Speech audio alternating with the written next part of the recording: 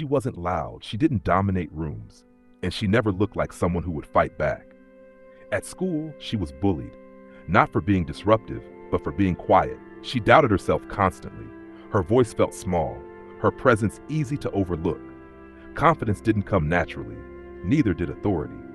But what she did have was an unusual kind of persistence, one that didn't argue, didn't demand attention, and didn't harden with rejection. She noticed something others ignored.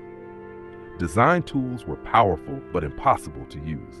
They required training, time, and confidence most people didn't have. She wondered why creativity was locked behind complexity. When she shared the idea, people smiled politely. Then they said no, again and again and again, more than 100 times. Investors questioned her experience, her age, her accent, her certainty. She never raised her voice. She never changed her tone. She just kept coming back. This is not a story about dominance. It's a story about endurance without aggression. This is the story of Melanie Perkins. She didn't start with investors. She started with students. Teaching design made one thing obvious. The tools were the barrier, not the people. Smart students struggled. Creative ideas stalled. Confidence disappeared the moment software opened. Design wasn't hard. The interfaces were, so she built a workaround. Simple templates, clear steps, a way to create without asking permission from complexity. The first company wasn't global. It wasn't ambitious. It worked in classrooms, and that mattered because it proved the idea without noise. She and her co-founders refined it slowly, learning from real users, watching where people hesitated, where they quit, where they smiled. But when they took the idea to investors, the answers didn't change. Too small, too simple, too optimistic. They questioned her confidence before they questioned the product. Each rejection sounded reasonable. Each one was delivered calmly, and each one landed the same way.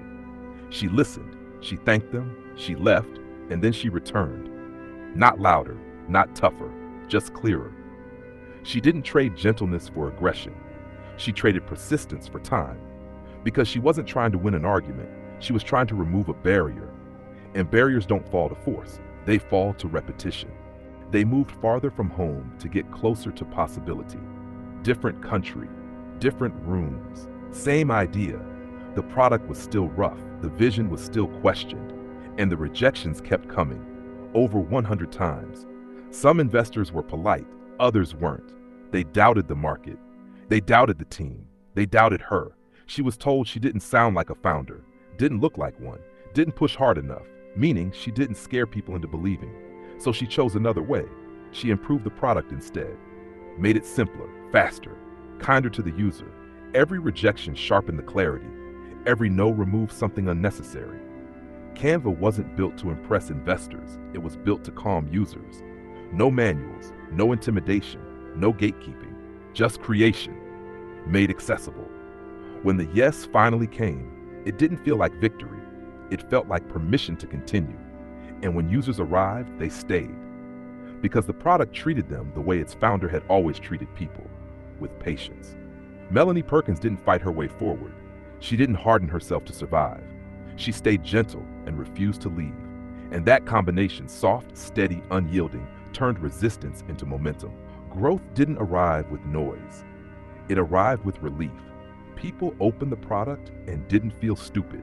They didn't need tutorials. They didn't need permission. They just started creating. Teachers shared it with students. Small teams shared it with each other. Creators shared it without being asked. Marketing wasn't aggressive. It was organic. The product spoke in the same tone as its founder, clear, patient, and welcoming. As the numbers grew, the culture followed.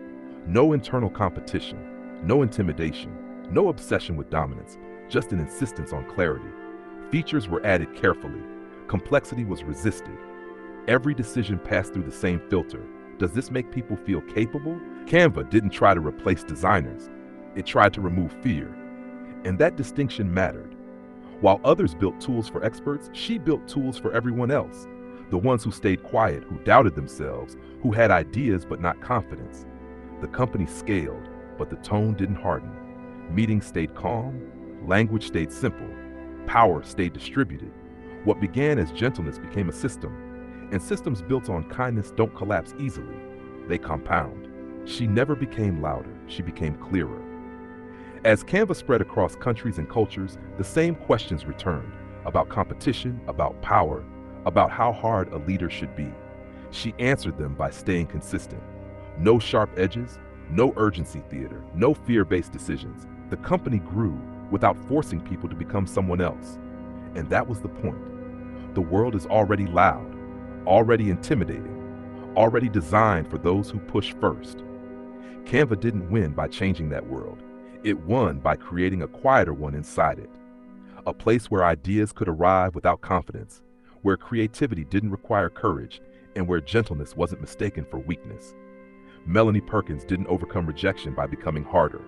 She overcame it by refusing to disappear, by showing up again, by improving quietly, by letting time do the persuading. More than 100 rejections didn't toughen her. They clarified her. And in a system that rewards force, she proved something rarer, that softness, when paired with persistence, can move faster than aggression ever will. She didn't fight the world. She waited it out.